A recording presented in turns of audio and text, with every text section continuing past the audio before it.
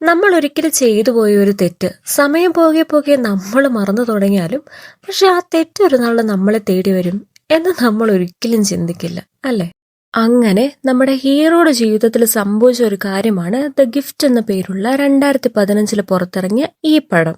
അപ്പോ കഥയിലേക്ക് പോകാം. മൂവിയുടെ തുടക്കത്തിൽ തന്നെ ഒരു ദമ്പതികള് അവരുടെ ജീവിതത്തിൽ പുതിയൊരു തുടക്കം കുറിക്കാൻ ന്യൂയോർക്കിലേക്ക് വന്നു. ഒരു പുതിയ വീട്ടിലേക്ക് താമസവും മാറുന്നു. അവരുടെ പേര് റോബിൻ എന്നും സൈമൺ എന്നുമാണ്. അടുത്ത സീനിൽ തന്നെ ഷോപ്പിങ്ങിനായി അവർ പോയതാണ്. അവിടെ വെച്ച് സൈമന്റെ കൂടെ പണ്ട് സ്കൂളിൽ പഠിച്ച ഗോഡോ എന്ന വ്യക്തിയെ കണ്ടുമുട്ടുകയാണ്. പക്ഷെ ഈ സൈമണ് ആളെ പിടികിട്ടിയിട്ടൊന്നുമില്ല കേട്ടോ. പിന്നെ അവർ ഓൾറെഡി ഷോപ്പിങ്ങിന് തന്നെ വന്നതുകൊണ്ട് അവിടെ ബില്ലിങ്ങില് അഡ്രസ്സ് പറഞ്ഞു കൊടുക്കണമായിരുന്നു. പക്ഷെ ഗോഡോ അത് നോട്ട് ചെയ്യുന്നുണ്ടായിരുന്നു. പിറ്റേ ദിവസം സൈമൺ ജോലിക്കും പോയി. വൈഫായ റോബിൻ വീട്ടിലും ഉണ്ടായിരുന്നു. അപ്പോൾ പുറത്ത് ആരോ വന്നിട്ടുണ്ടെന്ന് റോബിന് മനസ്സിലായി. അവൾ ചെന്ന് നോക്കിയപ്പോൾ അതാ വീടിന്റെ ഫ്രണ്ടില് ഒരു വൈൻ ബോട്ടിലും ഒപ്പം ഒരു നോട്ടും ആരോ എഴുതി വെച്ചിരിക്കുന്നു. രാത്രി സൈമൺ വന്നപ്പോൾ ആ നോട്ട് വായിച്ചു. വെൽക്കം ഹോം എന്നാണ് എഴുതിയിരിക്കുന്നത്. മറ്റാരുമല്ലാട്ടോ, ഗോഡോ ആയിരുന്നു അത്. പിറ്റേ ദിവസവും സൈമൺ ജോലിക്ക് പോയതിനു ശേഷം ഗോഡോ നേരിട്ട് വീട്ടിലേക്ക് വന്നു. വൈനൊക്കെ തന്നതിന് അവൾ നന്ദി പറയുന്നുണ്ട്. ഒപ്പം തന്നെ ഗോഡോ ഈ നാട്ടിലെ പ്ലംബർ പോലുള്ള ആൾക്കാരുടെ നമ്പർ എഴുതിയ ഒരു ലിസ്റ്റ് റോബിന് കൊടുക്കുന്നുണ്ട്. കൂടെ തന്നെ ഗ്ലാസ് ഒക്കെ തുടയ്ക്കുന്ന ക്ലീനർ ഇല്ലേ, അതും. അവൾ അവനെ വീട്ടിലേക്ക് ക്ഷണിച്ചു. അപ്പോൾ ഗോഡോയ്ക്ക് ഒരു കാര്യം മനസ്സിലായി. സൈമണിനും റോബിനും കല്യാണം കഴിഞ്ഞിട്ട് ഒരുപാട് വർഷങ്ങളായെങ്കിലും ഇതുവരെ കുട്ടികളൊന്നും ആയിട്ടില്ലെന്ന്. പിന്നീട് സൈമൺ വന്ന് എല്ലാവരും ഒരുമിച്ച് ഡിന്നർ കഴിച്ചതിന് ശേഷമാണ് കേട്ടോ നമ്മുടെ ഗോഡോ മടങ്ങിപ്പോയത്. ഈ സൈമണിന് തീരെ ഇതൊന്നും പിടിച്ചിട്ടില്ല. അവനെ എനിക്ക് മര്യാദയ്ക്ക് അറിയത്തു പോലും ഇല്ലെന്നും ഗോഡോ പോയതിനു ശേഷം എല്ലാം നമ്മുടെ റോബിനോട് പറയുന്നുണ്ട്. പിറ്റേ ദിവസം ഈവനിങ് സൈമന്റെ ഓഫീസിൽ ഒരു പാർട്ടി ഉണ്ടായിരുന്നു. എല്ലാം കഴിഞ്ഞ് ഇരുവരും വീട്ടിലേക്ക് മടങ്ങി വന്നപ്പോഴാകട്ടെ വീണ്ടും അവരുടെ വീടിന്റെ ഫ്രണ്ടിൽ ഒരു ഗിഫ്റ്റ്, കൂടെ ഒരു ലെറ്ററും. ഇന്നലത്തെ ഡിന്നറിന് നന്ദി പറഞ്ഞുകൊണ്ടായിരുന്നു. ആ ഗിഫ്റ്റ് എന്താണെന്നാൽ അത് ഫിഷിന് കൊടുക്കുന്ന ഫുഡായിരുന്നു. അവരുടെ പുതിയ വീട്ടിലൊരു ഫിഷ് പോണ്ട് ഉണ്ടായിരുന്നു. പക്ഷെ അവർക്ക് അതിൽ മീനിനെ ഒന്നും വാങ്ങിയിടാനായിട്ട് സാധിച്ചില്ല. പക്ഷെ ഈ ഗിഫ്റ്റ് കണ്ടു പോയി നോക്കിയപ്പോ ദാ അവിടെ മീനുകൾ. റോബിൻ അതെല്ലാം ഇഷ്ടപ്പെട്ടെങ്കിലും സൈമണിന് തീരെ പിടിച്ചില്ല. കാരണം താൻ ഇവിടെ ഇല്ലാത്തപ്പോൾ തന്നെ ഇങ്ങനെ വീട്ടിൽ വരുന്നത് അത്ര നല്ല കാര്യമല്ല എന്നവൻ പറയുന്നു. അത് വളരെ ശരിയല്ലേ? അത് മാത്രമല്ല, റോബിനോട് പറയുന്നുണ്ട് അവനൊരു വട്ടുകേസാണ്, പണ്ട് എല്ലാവരും അവനെ അങ്ങനെയാണ് വിളിക്കാറെന്ന് പറഞ്ഞ് അത് അങ്ങനെ തന്നെ ഒരു ബോർഡിൽ എഴുതിയിടും. പിറ്റേ ദിവസവും സൈമൺ രാവിലെ ജോലിക്ക് പോയപ്പോൾ ഗോഡോ വീണ്ടും എത്തുകയാണ്. ഇന്നലെ തന്ന ഗിഫ്റ്റിന് നന്ദി പറയുന്നുണ്ട് നമ്മുടെ റോബിൻ. ശേഷം വീട്ടിലേക്ക് ക്ഷണിക്കുന്നു. റോബിനും എന്തോ ചെറിയൊരു പന്തിയേട് തൂങ്ങി തുടങ്ങിയിട്ടുണ്ട്. ഇപ്പോൾ റോബിനെ ക്ലീൻ ചെയ്യാൻ ഗോഡോ ഹെൽപ്പ് ചെയ്യാണ്. അപ്പോഴാണ് ഇന്നലെ സൈമൺ ആ ബോർഡിൽ എഴുതി വെച്ചില്ലേ ഗോഡോയെ പറ്റി, അതവൻ കാണുന്നു. പിന്നെ ഒന്നും മിണ്ടാതെ അപ്പൊ തന്നെ സ്ഥലം വിടുകയാണ്. അന്ന് ഈവനിങ് നെയ്ബേഴ്സ് എല്ലാം ഒത്തുകൂടിയപ്പോൾ റോബിനും സൈമണും ഈ കാര്യം അവരോട് അവതരിപ്പിക്കുകയാണ്. മാത്രല്ല ഗോഡോ ഇപ്പൊ അവരെ ഡിന്നറിന് വിളിച്ചിട്ടുണ്ട് അവന്റെ വീട്ടിലേക്ക്. നെയ്ബേഴ്സ് പറയുന്നുണ്ട് ഞങ്ങളാണ് നിങ്ങളുടെ സ്ഥാനത്തെങ്കിൽ ഒരിക്കലും പോകില്ലെന്ന്. പക്ഷെ ഇവര് പോകാൻ തയ്യാറാവുകയാണ്. അവർ ഗോഡോയുടെ വീട്ടിലെത്തിയപ്പോൾ വളരെയധികം അത്ഭുതപ്പെട്ടു. കാരണം വലിയൊരു കൊട്ടാരം പോലുള്ള വീടാണ് അവനുള്ളത്.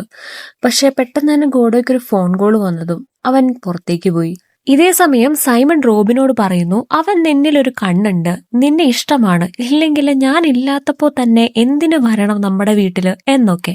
അങ്ങനെ ഗോഡോ തിരിച്ചു വരികയാണ്. എന്നിട്ട് അവൻ പറയാണ്, ഇത് ആക്ച്വലി എന്റെ വീടല്ല, എന്റെ വൈഫിന്റെയാണ്. ഞങ്ങളിപ്പോൾ പിണക്കത്തിലാണ്. അവളുടെ കൈവശമാണ് കുട്ടികളും. വൈകാതെ തന്നെ ഈ വീട്ടിൽ നിന്നും ഇറങ്ങേണ്ടി വരുമെന്ന്. ഇതെല്ലാം കേട്ട് നമ്മുടെ റോബിന് സഹതാപം തോന്നിയെങ്കിലും സൈമൺ അത്ര വിശ്വാസമായില്ല. റോബിനെ കാറിൽ പോയി ഇരിക്കാൻ പറഞ്ഞു വിട്ടതിന് ശേഷം സൈമൺ ഗോഡോയോട് പറയാണ്, ഇനി മേലാൽ നീ എന്റെ വീട്ടിലേക്ക് വരരുതെന്ന്. പിറ്റേന്ന് രാവിലെ ജോഗിങ്ങിനൊക്കെ പോയിട്ട് വന്ന റോബിൻ കാണുന്നത് ഫിഷ് പോണ്ടിലെ മീനുകളെല്ലാം ചത്തുകിടക്കുന്നതാണ്. അതുപോലെ തന്നെ അവർക്കൊരു നായയുണ്ടായിരുന്നു, അതിനെയും കാണുന്നില്ല. ഈ വിവരം സൈമണിനെ അറിയിച്ചതും അവൻ നേരെ ഗോഡോയുടെ വീട്ടിലേക്കാണ് പോയത്. അപ്പോഴാണ് ആ സത്യം മനസ്സിലായത്. അത് മറ്റൊരാളുടെ വീടാണ്, ഗോഡോയുടെയോ അവന്റെ വൈഫിന്റെയോ അല്ലെന്ന്. ഇവർ പോലീസിനെ ഈ വിവരങ്ങളെല്ലാം അറിയിച്ചെങ്കിലും തെളിവുകളില്ലാത്തതുകൊണ്ട് പോലീസുകാർ നിസ്സഹായരായിരുന്നു. അടുത്ത ദിവസം തന്നെ റോബിൻ തന്റെ നായയെ കാണാനില്ല എന്ന പോസ്റ്റർ അടിച്ചുകൊണ്ട് നിന്നപ്പോഴാണ് വീടിന്റെ ഉള്ളിൽ നിന്നും ഒരു സൗണ്ട് കേൾക്കുന്നത്. ആരോ നടക്കുന്ന ശബ്ദം. ഇനി അത് ഗോഡോ ആണോ എന്നോർത്ത് പേടിച്ച് അവൾ പെട്ടെന്ന് തന്നെ ഒരു നെയ്ബറിന്റെ വീട്ടിലേക്ക് പോയി. നെയ്ബറിന്റെ വീട്ടിൽ നിന്നും അവൾക്കൊരു മെഡിസിൻ കിട്ടുകയാണ്. ഇപ്പൊ ഗോഡോയെ കുറിച്ച് ഓർത്തും അതുപോലെ തന്നെ വീട്ടിലാരോ ഉണ്ട് എന്നൊക്കെയുള്ള ഒരു ടെൻഷൻ കൊണ്ടും അവൾ ആ രാത്രി ആ പില്ല് യൂസ് ചെയ്യാണ്. അന്ന് രാത്രിയും അവൾ എന്തോ ഒരു ശബ്ദം കേട്ട് ചെന്നപ്പോഴാണ് വീടിന്റെ മുൻവശത്ത് ദാ അവരുടെ കാണാതെ പോയ നായ നിൽക്കുന്നു. പിറ്റേ ദിവസം ജോഗിങ് കഴിഞ്ഞെത്തിയ റോബിന് കുറച്ച് കത്തുകൾ കിട്ടുകയാണ്. അതിൽ ഗോഡോയുടെ കത്തും ഉണ്ടായിരുന്നു. അത് തുറന്ന് വായിച്ചപ്പോൾ അതിൽ ഇങ്ങനെയായിരുന്നു ഉണ്ടായിരുന്നത്: ഇനി താൻ ഒരിക്കലും ഒരു ശല്യത്തിനും വരില്ല എന്നും പഴയതെല്ലാം താൻ മറക്കാൻ തയ്യാറാണെന്നും എല്ലാത്തിനും സോറിയും പറഞ്ഞിട്ടുള്ള ഒരു കത്തായിരുന്നു അത്. അത് കണ്ട് റോബിന്റെ ഒരു കാര്യം മനസ്സിലായി. സൈമണിന്റെയും ഗോഡോയുടെയും ഇടയിൽ പണ്ട് എന്തോ നടന്നിട്ടുണ്ട്.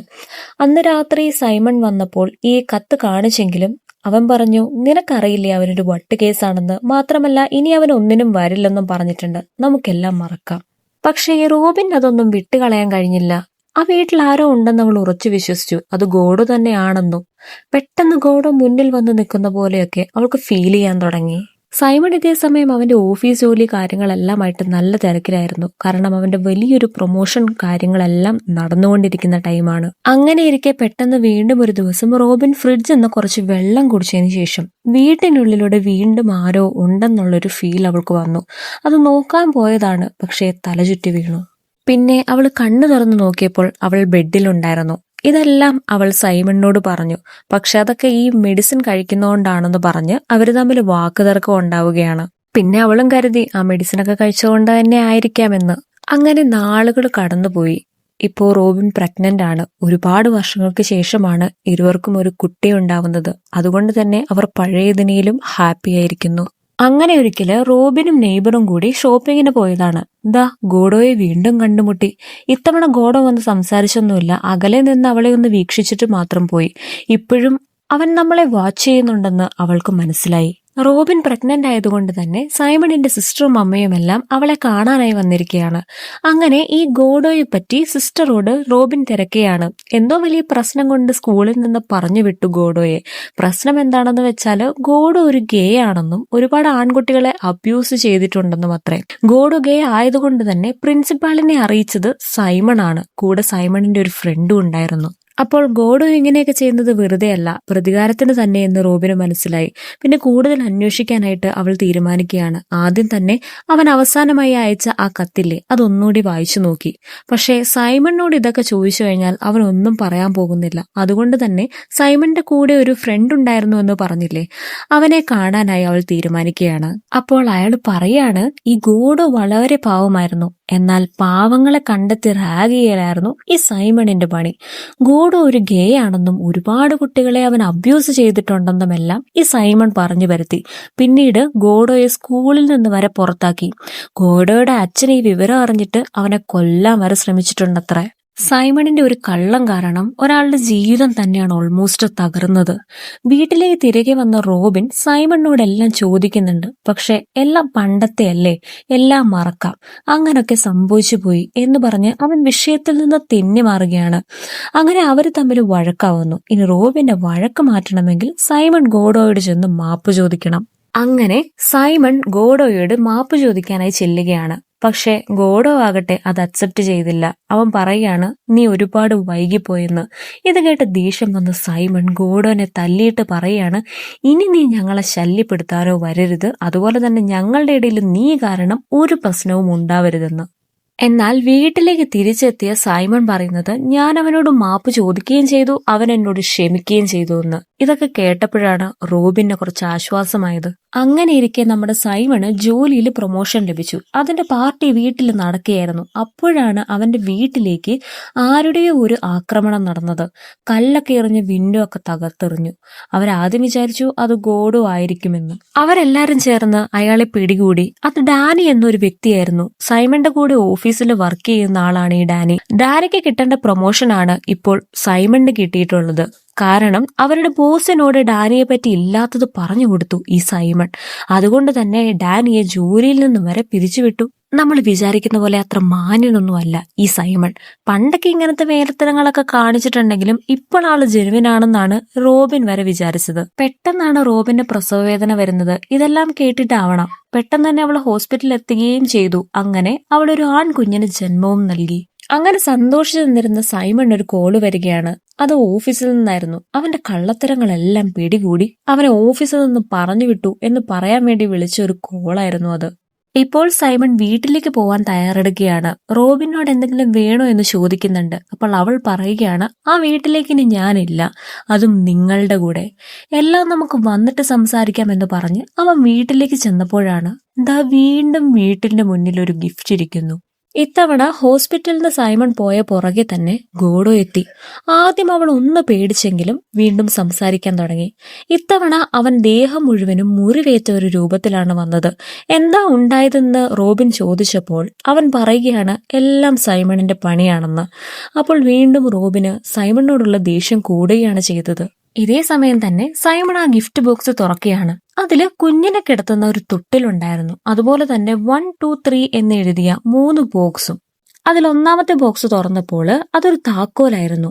തന്റെ വീടിന്റെ ഡോറ് ആ താക്കോല് വെച്ച് ലോക്ക് ചെയ്യാൻ നോക്കിയപ്പോൾ സൈമണിന് മനസ്സിലായി തന്റെ വീടിന്റെ ഡ്യൂപ്ലിക്കേറ്റ് കീ അവന്റെ കയ്യിലുണ്ടെന്ന്. അതുപോലെ തന്നെ അവൻ ഇവിടെ ഇടയ്ക്കിടയ്ക്ക് വന്നു പോകാറുണ്ടെന്നും നമ്മുടെ സൈമണിന് മനസ്സിലായി. അങ്ങനെ സൈമൺ രണ്ടാമത്തെ ബോക്സും തുറന്നു. അതില് പ്ലേമി എന്ന് എഴുതിയ ഒരു CD ആയിരുന്നു. സൈമണും റോബിനും പണ്ട് ഗോഡോയുടെ വീട്ടിലെ ഡിന്നറിന് പോയപ്പോൾ സൈമൺ പറഞ്ഞില്ലേ അവന് നിന്നെ ഇഷ്ടമായിരിക്കും എന്നൊക്കെ.